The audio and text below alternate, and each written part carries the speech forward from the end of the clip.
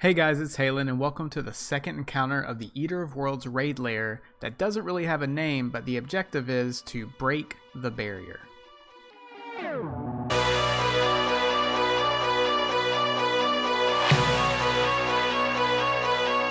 Remember that game Simon Says where you had to remember the color patterns and repeat them? Well, this encounter is just like that but totally different with mines, lasers, and murderous robots. We're going to spend some time talking about the environment, but don't worry, this is the same area for the final boss. First, you'll notice three platforms differentiated by their energy types: Void, Solar, and Arc.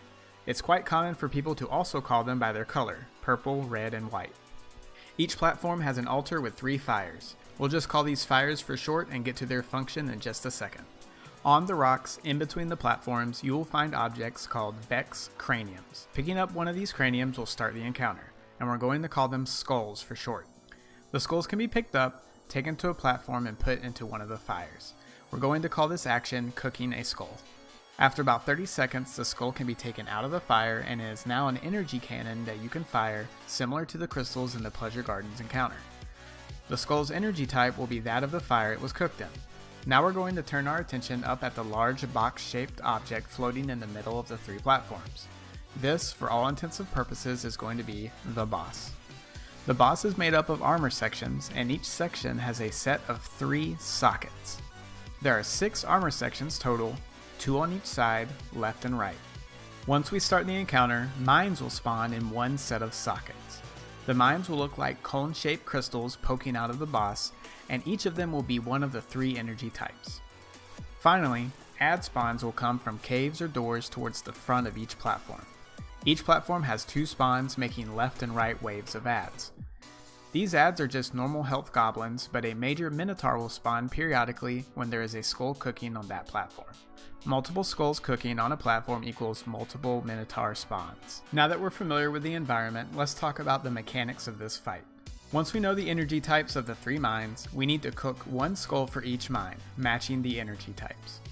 For example, if there are 2 arcs and a solar, 2 skulls need to be put in the fire on arc platform and 1 in the fire on the solar platform. Once it's done cooking, pick up the skull, take it to the side where the mines are if necessary, then shoot the mine of the same energy type to destroy it. Destroying the mine like this will prevent it from exploding and wiping the raid. If done quickly, a new set of mines will spawn shortly after shooting out the first set. However, it is completely normal to have the next set of mines spawn while still shooting the first. Just make sure we're at least taking skulls out of fires by the time the next set is spawning. This is repeated 6 times.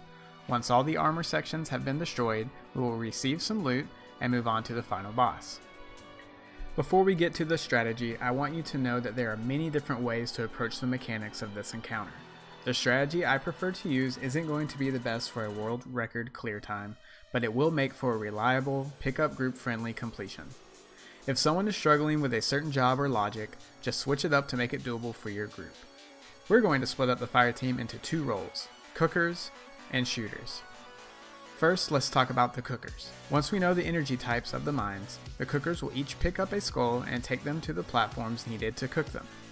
There will be 1 skull between each platform when we load in. So, the starting point for the cookers will mirror the initial skull spawns, 1 between each platform. That brings us to our first real strategy talk: neutral positions. Let's take the cooker in between Solar and Void as an example. If that guardian is facing the boss and turns to their right, that is their neutral platform, in this case Void. This will be the same for the other 2 cookers.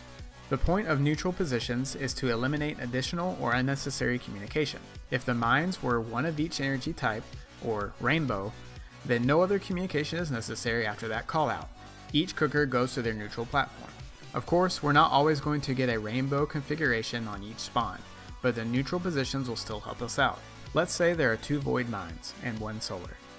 Only Arc has to switch things up and redirect to Void. Everyone else goes to their neutral position. The most complicated the rotation will get is something like 2 Arc and a Solar. In this example, both the Void and Solar neutral cookers will have to redirect to a different platform. Even though there is a Solar mine, Solar neutral will cook the Arc, and Void neutral will cook the Solar. This way, the Guardian who would usually go Void doesn't have to rotate all the way across another platform to get the Arc.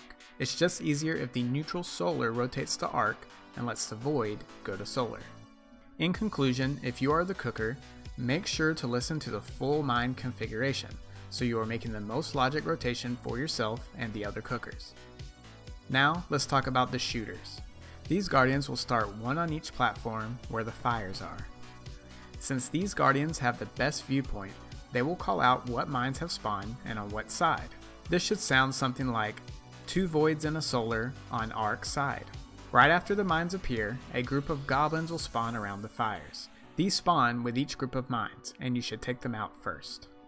Next, your job is to pick up a skull once it is done cooking and use it to shoot out the mines. The rotation logic here is the same as the cookers. If it's rainbow, you stay put. If your neutral position is Arc platform and the mines are 2 Solars and a Void, you will be leaving Arc to go pick up the second Solar. Other than picking up skulls and shooting out mines, your job is to kill adds and that's about it.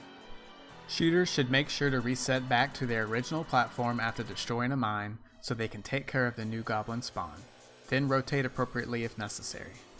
Cookers should also be killing adds in their downtime while resetting back to their neutral position or looking for a skull to pick up for the next set of mines.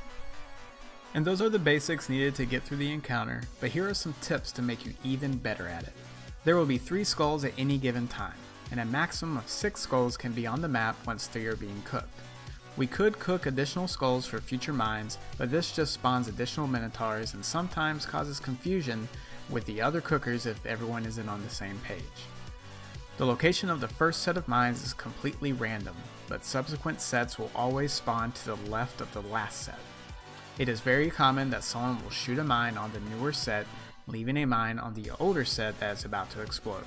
So it's important for the shooters to listen and be aware of where the mines are spawning, and make sure to always shoot the rightmost of the mines, as these will be the oldest and ones closer to exploding. One skull will kill approximately 1.5 mines, so if there are 3 mines of one color, you really only need 2 skulls. Even if there's only one of an energy type, save your skull until you see what the next set is.